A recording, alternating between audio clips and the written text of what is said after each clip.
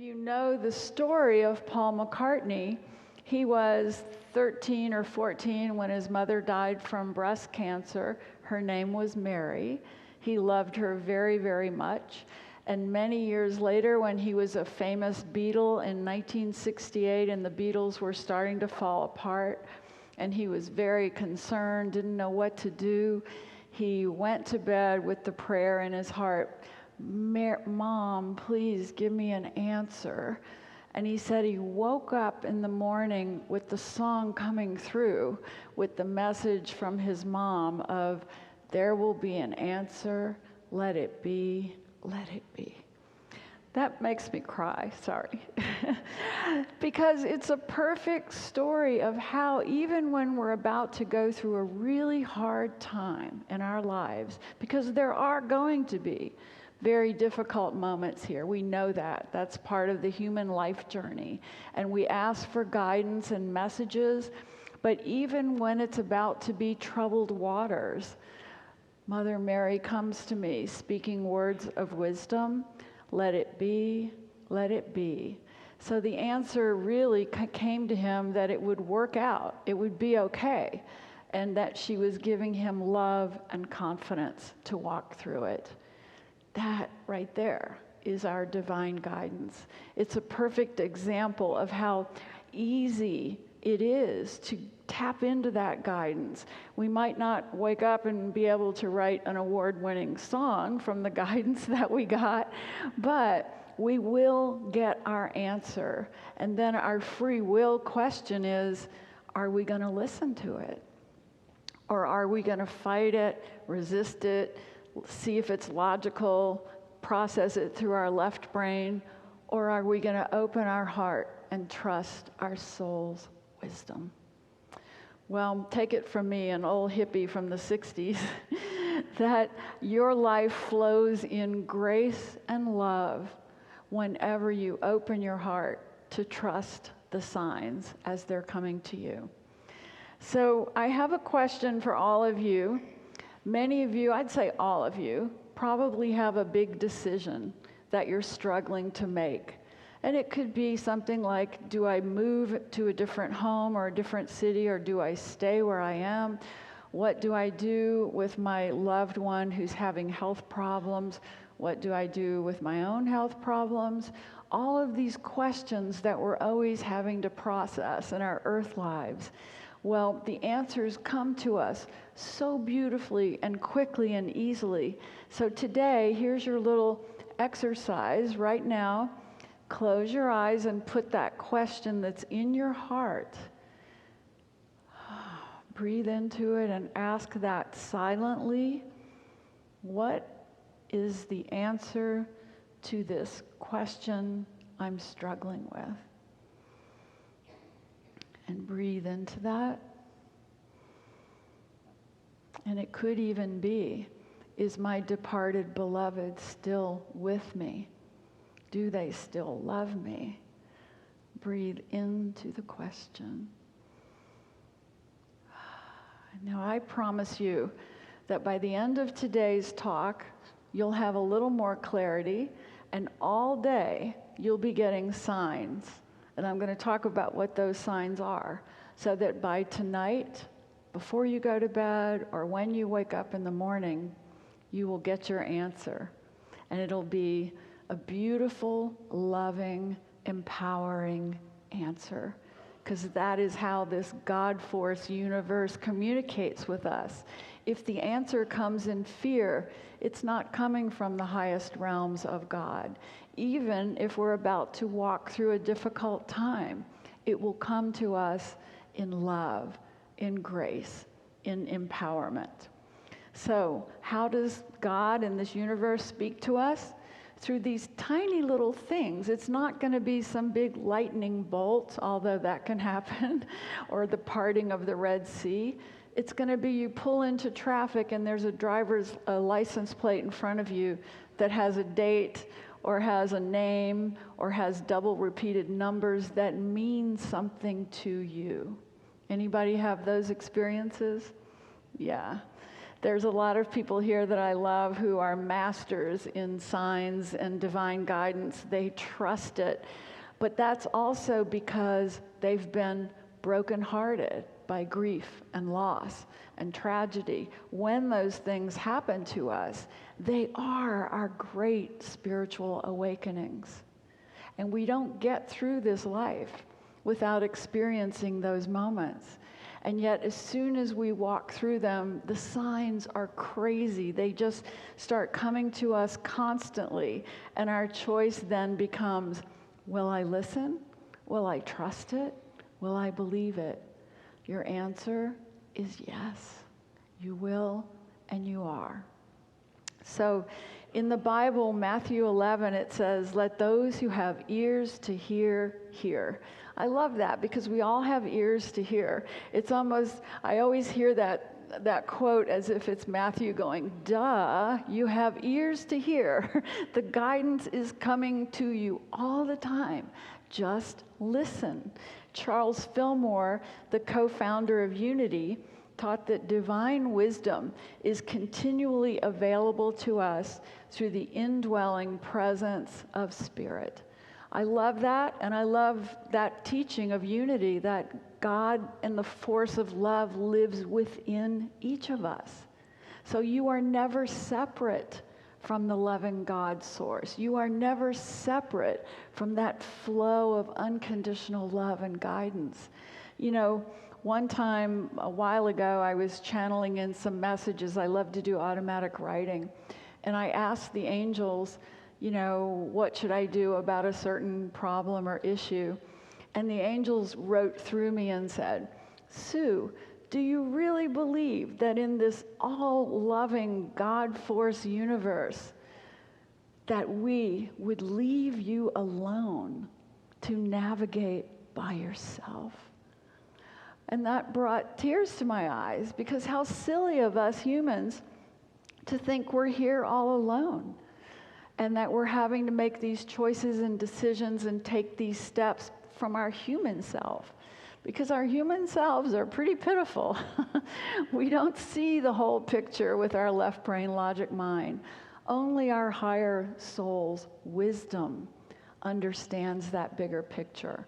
And often we can't even see that until we look back at our lives and all the things that have happened to us and how they eventually brought us into a better, more awakened life.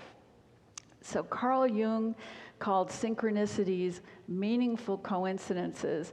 You know, when you're thinking about somebody and they call you, or you run into them in the grocery store, or you're asking for help and suddenly a book or a class appears to you that has that exact topic, that is a beautiful sign. And back when I was young, we used to call coincidences coinky-dinks because they were the wink from the universe, right? That everything was serving our highest good and that everything was in divine order. But what if nothing that ever happens here is a mistake or an accident or a coincidence? That takes a radical shift of view. That means you're willing to look at your life with all of its painful moments and the world at large and its painful moments, its conflict, and say, there's a bigger understanding of this that shows that it's an interplay of light and dark serving all of our highest growth. And that in fact, we came here for this experience of contrast so that we could choose the love, that we could choose the light. So I was very blessed to have a big wake-up call when I was 29 and my beautiful young husband died of colon cancer in my arms. And at the time, I would never have told you that that was a great gift. But he immediately, upon leaving his body, when he crossed over, went into the higher realms, as we do, and took me with him to teach me how things work. This is officially called a shared death experience. The term was coined by Raymond Moody, who also created the near-death experience research and titles. And he also said, when you have a loved one who crosses over, even if you're not physically near them, they will often lift your consciousness into heaven where they are and show you how they're experiencing things. Well, Paul did exactly that when he crossed. He and I had been young and really upset that this was happening to him, and we never talked about divine order. Trust me, we were not believing or trusting in a divine order. And when he crossed, he took me into heaven to show me that it's all perfectly in divine order, even when we can't see that. And we had thought on earth here, when Paul was here, that a lot of mistakes were happening. He was misdiagnosed for a year. The doctors made all kinds of mistakes. It was 1979. And so he didn't talk about divine order or believe in it. And suddenly he's taking me into heaven, showing me that every tiny moment here is serving your love and your highest good in a way that you'll someday understand. This is a hard message to take when you're grieving, when you're broken, when you're sick. But I promise you, if you even look for that possibility, you will find it. And it'll open your eyes to this loving universe. So Paul also gave me one of the greatest signs I've ever had. After he crossed, I had to move into a new apartment instead of where we had been living. And I was pretty broke at the time. I was a mountain climber. You didn't make a lot of money for that kind of stuff in the 70s. And so I had called and looked around for a place to live, and I found these addresses that I had appointments to go visit the next day. But I was pretty depressed about it, and I was thinking, gosh, I really want to live in a beautiful place with light and windows. And my friend who I was staying with said, well, Sue, not on your budget. That's not going to happen. Be realistic. Anybody ever say, be realistic to you? You tell them, realism is believing in magic, miracles, and divine order. And so I listened to my friend, and I went, okay, and I went to bed that night. And all night I dreamed of this extraordinary apartment with floor-to-ceiling windows and circular staircase, different levels. It was just heavenly. And views of the Flatirons, the mountains where we lived. And I woke up going, oh my gosh, I just dreamt of this amazing apartment. And my friend's like, all right, get your list. You don't want to miss those appointments, you know. And so I pull my car out to go to the appointments, and there's this little sign just perched on the side of the main road going, apartment for rent. That sign was glowing. Have you ever had that experience? I couldn't take my eyes off of it. It was not on my list. And I found my car just turning into that driveway. And I got the landlord to show me that apartment.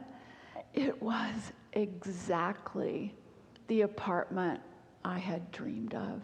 Floor-to-ceiling windows, circular staircase, different levels, incredible views. It had been designed by the University of Colorado Architectural School.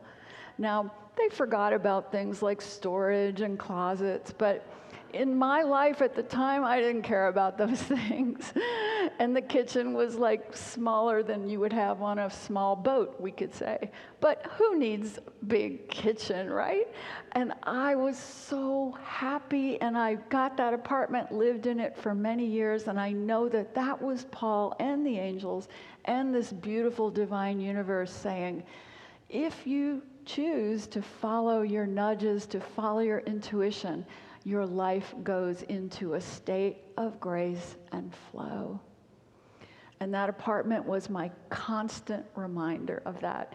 In fact, my family is here today, and they know that to this day, those apartments still are in the same place in Boulder, and every time we would drive by them, I'd go, that was the apartment I dreamed of. And they were like, right, Mom, I know the story. And you know what's funny is those apartments now are condos or townhomes, whatever they're called, for like $3 million. I'm not kidding. And there's almost no closet space. So I couldn't live in it now, but then that was my gift from Paul. So one of the most common signs we all get are these double repeating numbers. And as you all have seen them, I'm sure there's nobody in this audience who hasn't just looked at the clock and seen 11:11 or 2:22, or this morning I opened my eyes and looked at the clock and it said 4:44. And I went, oh, thank you. That is a number that says you are supported and you are strong. And that's exactly what I wanted to hear this morning. So every time you look at the clock and you see those numbers, or you pull up and see that on a sign or in a license plate, that is a beautiful little nudge reminding you that you're not alone, reminding you that you're getting constant signs from departed beloveds, from angels, from everyone, bringing you back into the awareness that we are in an extraordinary universe, not just a plain old realistic, logical world. And when you can live from that heartfelt space of trusting it, everything good comes to you. And my question for you today is just very simple, easy things. I know you'll pass. This is a little test. When you go to your doctor's office and you're nervous about some procedure or treatment you're about to get, and they have a little sound system in that room, and suddenly your favorite song comes on, and it may be from decades ago, or it may be your departed beloved's favorite sign. Is that a sign or a coincidence? Sign? Let me hear you. Sign. There we go. Or let's just say you're taken into a random hospital room after some kind of serious surgery, and you look and see that it has all double numbers. It might be 11:11, 33:11, 22. Is that a sign that you are loved and guided, or a coincidence? Sign. This audience is much better than the 9 o'clock one. They needed some coffee. So one of my favorite stories about signs also is that there's no such thing as a coincidence or a synchronicity in my life and in yours as well. But do you know how when your departed beloved crosses and you're going through a hard time and all of a sudden you find something that they wrote for you or a picture you hadn't seen before, and it suddenly gives you so much love? This happens to all of us. So when Paul died from cancer, it was July, and the following Valentine's Day, I was feeling pretty pitiful and grieving and all alone and all that stuff we walk through as humans. And I wanted to do some writing, and I was digging through some papers, and I find a Valentine's Day card that he had written the year before when he was alive, and it had a little chocolate heart with it. And the year before, when he was alive, he had been walking around the house going, I bought you this card and this chocolate and I can't find it. And it had really frustrated him, right? There will be an answer, let it be. And so there it was then, Valentine's Day, 7 months after he had died, I find the card. I had been through my things, I had moved, I had done so many things. It's almost impossible for me to imagine how that card and that chocolate did not appear to me. That just still blows my mind. But of course we know it was a sign, a loving sign from Paul, from my departed, from all of our higher beings saying, we gotcha, we love you. Those signs are always coming to us. Now, numerology is something I teach a lot. I know a lot of you have taken my classes on this. And Pythagoras was a Greek mystic in 580 BC. He was not a New Age guy. A lot of people tend to think, oh, is numerology and numbers or something New Age, something woo-woo.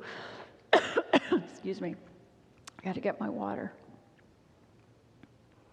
But Pythagoras was the guy who started our entire number system.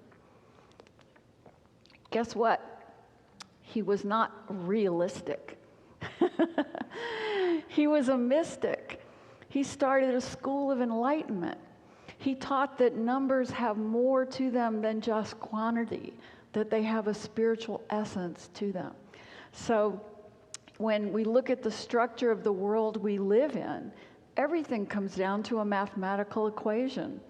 Einstein talked about this, all the great quantum physicists do.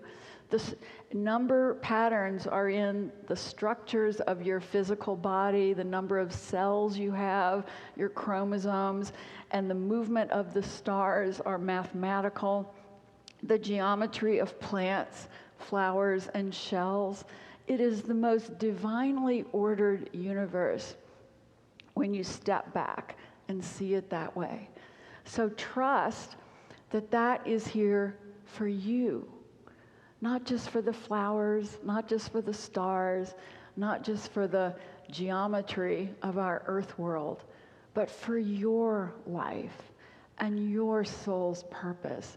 That if you have a certain number that was your departed loved one's favorite number and it shows up, that's a little wink saying, I'm here, I love you, I see you. So unity teaches that spirit expresses through divine order. What could be more a symbol of divine order than numbers? So today, one of the ways you're going to get answers is you're going to notice when numbers pop up for you. If you get 111 or 111, it's a call to awaken to your intuition, to the divine guidance that you're getting. If it's a 22 or a 222, you're trusting your connection to your own higher soul's wisdom and purpose. If it's a 44, you are strong and supported, is the message. If it's 55, transformation and change are happening. Hold on to your hat, but it's all good. All of the numbers come through to give you a beautiful little guidance. But when you see these numbers, don't worry about what they mean. First, go into your heart and say, what is this number telling me? And how might it apply to the question in my heart? So, right now, I want you to think about that question that you asked before we got going with the talk. And maybe close your eyes and feel into that question again. And now ask to receive the answer right now, easily, quickly, and clearly. Listen and receive it.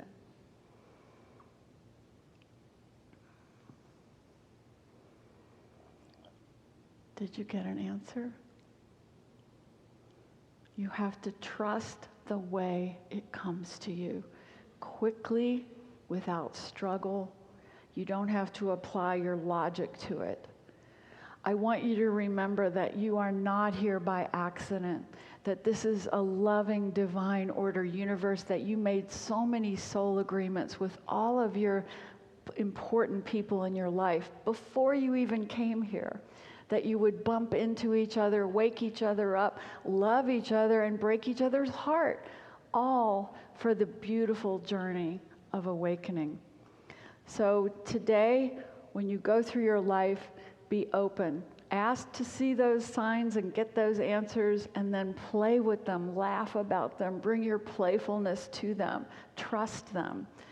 And then pause every day, find a way to sit in the silence, whether you call it meditation or hiking or writing, and listen and receive the answers. Unplug the phone, turn off the television, 10 minutes a day. And then take action. Whatever answer you get, don't let your human mind come in and start second guessing it, going, oh, I just thought of that because of blah, blah, blah. That's our crazy human logical mind. Instead, you're going to go, I think now I know what to do, and I'm going to find a way forward. So don't forget that you are all just like Paul McCartney, asking for guidance, saying, what am I going to do about this problem? And you're going to wake up tomorrow, if you don't already have the answer, and you'll say, I know there's an answer. Let it be. Let it be. Thank you so much.